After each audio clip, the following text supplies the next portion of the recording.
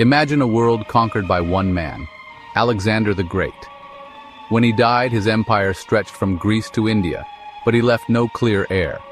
His mother, Olympias, driven by ambition, orchestrated the murder of his half-brother Philip III Aridaeus and forced Philip's wife Eurydice to take her own life. This brutal act shattered any illusion of family loyalty and set the stage for decades of bloodshed. The power vacuum left by Alexander's death turned allies into bitter rivals. Brothers betrayed brothers, mothers murdered sons, and wives became pawns in a deadly game for the throne. The struggle wasn't just for a crown, it was for the soul of the largest empire the world had ever seen. The poison was ambition, and it infected everyone close to Alexander. The story of the Diadochi, the successors, is a tale of greed, jealousy, and the thirst for power. These were personal conflicts, fueled by old rivalries and broken promises. The bonds forged under Alexander shattered as his generals scrambled for his legacy. In 323 BC, Alexander died at just 32, leaving behind a pregnant wife, a mentally disabled half-brother, and an empire with no clear successor. His supposed final words, "To the strongest." And so the strongest and most ruthless would now fight for control, unleashing a storm of war. The Diadochi were Alexander's inner circle, his marshals, generals, and childhood friends. They had conquered the world together, but now, standing over his corpse in Babylon, they became rivals. At the center were Perdiccas, given Alexander's signet ring, Ptolemy, the shrewd general, Antigonus, the one-eyed, a formidable commander, and Craterus, the respected loyalist. These men knew each other's strengths and ambitions intimately, making their conflict deeply personal. The initial plan, wait for Alexander's wife Roxana to give birth. If it was a son, he'd be king, alongside the mentally unfit Philip III. But real power lay with the regent, Perdiccas, and the generals, who divided the empire's provinces among themselves. Ptolemy took Egypt, Antigonus kept Anatolia, and others claimed regions from Greece to the east. This uneasy division was a ticking time bomb. The unity of Alexander's empire was an illusion. Ambition would soon tear it apart. Old friends were about to become bitter enemies, each believing they deserved Alexander's legacy. The fragile compromise of joint kingship was doomed from the start. The stage was set for the first sparks of war. The Diadochi's ambitions would ignite a conflict that would reshape the ancient world. The struggle for power had only just begun. The fragile peace didn't last. Ptolemy, satrap of Egypt, made a bold move. He hijacked Alexander's funeral procession. Instead of Macedonia, Alexander's body was taken to Egypt, giving Ptolemy a powerful symbol of legitimacy. This act shattered any illusion of unity among the successors. Perdiccas, the regent, saw this as open defiance and a direct challenge to his authority. The theft of Alexander's body was the point of no return. It drew the first battle lines. Other generals, sensing Perdiccas's weakness, began plotting. Antigonus fled to Macedonia, joining Antipater and Craterus to form a coalition against Perdiccas. The empire split into two hostile camps. Media Group, split map of Alexander's empire, two opposing armies facing each other in ancient dress at its stock at distribute_equally. Perdiccas with the nominal kings and imperial army, and the coalition of Ptolemy, Antipater, Craterus, and Antigonus. The men who once conquered the world together were now ready to drench it in blood. The dream of a unified empire was dying. Personal ambition was about to change history forever. The war for Alexander's legacy had truly begun.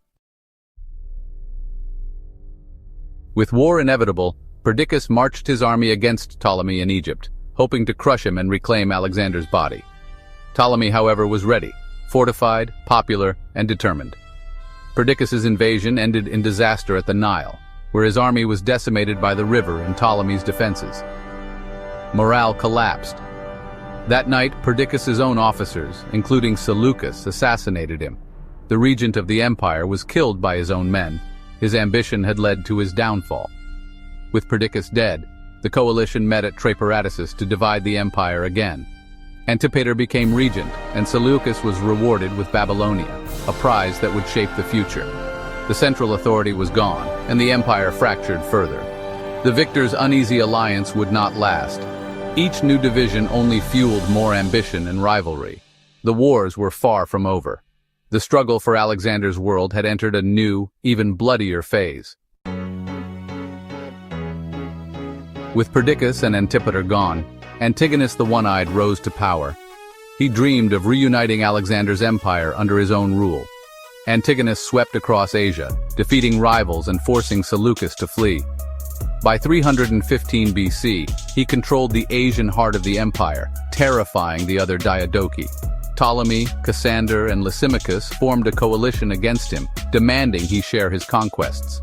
Antigonus refused, and after a major naval victory, he and his son Demetrius declared themselves kings. The other Diadochi followed suit. Unity was dead, and the empire was now a battleground of rival kings. The final showdown for Alexander's legacy was set. The age of governors was over. The age of Hellenistic kings had begun.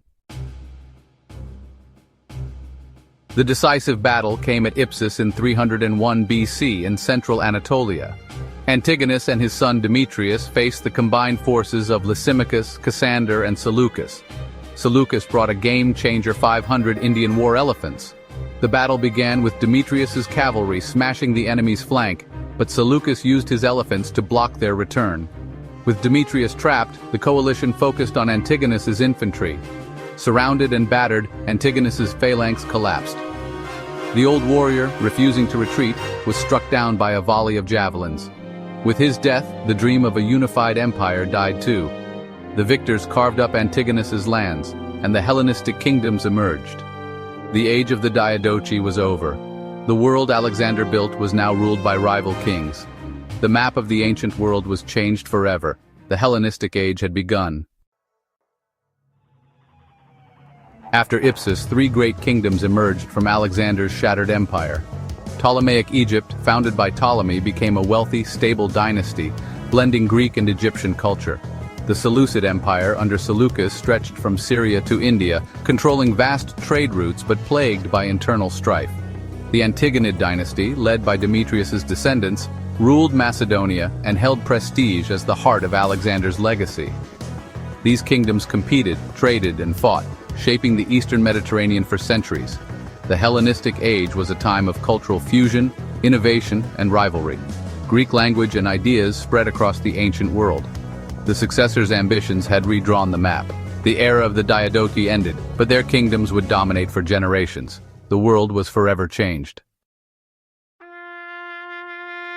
Even after Ipsus, the last Diadochi fought on. Demetrius became a king without a kingdom, raiding cities and briefly ruling Macedonia before being ousted. Lysimachus, king of Thrace, seemed poised for dominance but destroyed himself by executing his own son, sparking rebellion. In 281 BC, the final two Diadochi, Seleucus and Lysimachus, met at Corupedion. Seleucus won, briefly holding almost all of Alexander's empire except Egypt. But as he crossed into Europe to claim Macedonia, Seleucus was assassinated by Ptolemy Karanos, a guest he had welcomed. With Seleucus's murder, the last of Alexander's marshals was gone. The era of the Diadochi ended in betrayal and blood. Their ambition had shaped a new world, but none would rule it all. The legacy of Alexander's successors was sealed in violence. The wars of the Diadochi shattered Alexander's empire but created a new world. The Hellenistic kingdoms, Ptolemaic Egypt, the Seleucid Empire, and Antigonid Macedonia, became the dominant powers of the age. The Diadochi's wars unleashed a cultural revolution, founding cities and spreading Greek language and ideas across the East. Hellenistic culture blended Greek, Egyptian, and Persian influences, sparking advances in art, science, and philosophy. Alexandria became the ancient world's greatest center of learning. The achievements of this era laid the foundations for Western civilization. When Rome expanded east, it found not one empire but rival kingdoms weakened by infighting, making conquest easier. Roman culture absorbed the Hellenistic legacy, passing it on to the modern world. The Diadochi's ambition shattered an empire but forged a new cosmopolitan age. Their story is a timeless epic of power, betrayal, and transformation. For more incredible stories from history, subscribe and join us for the next chapter.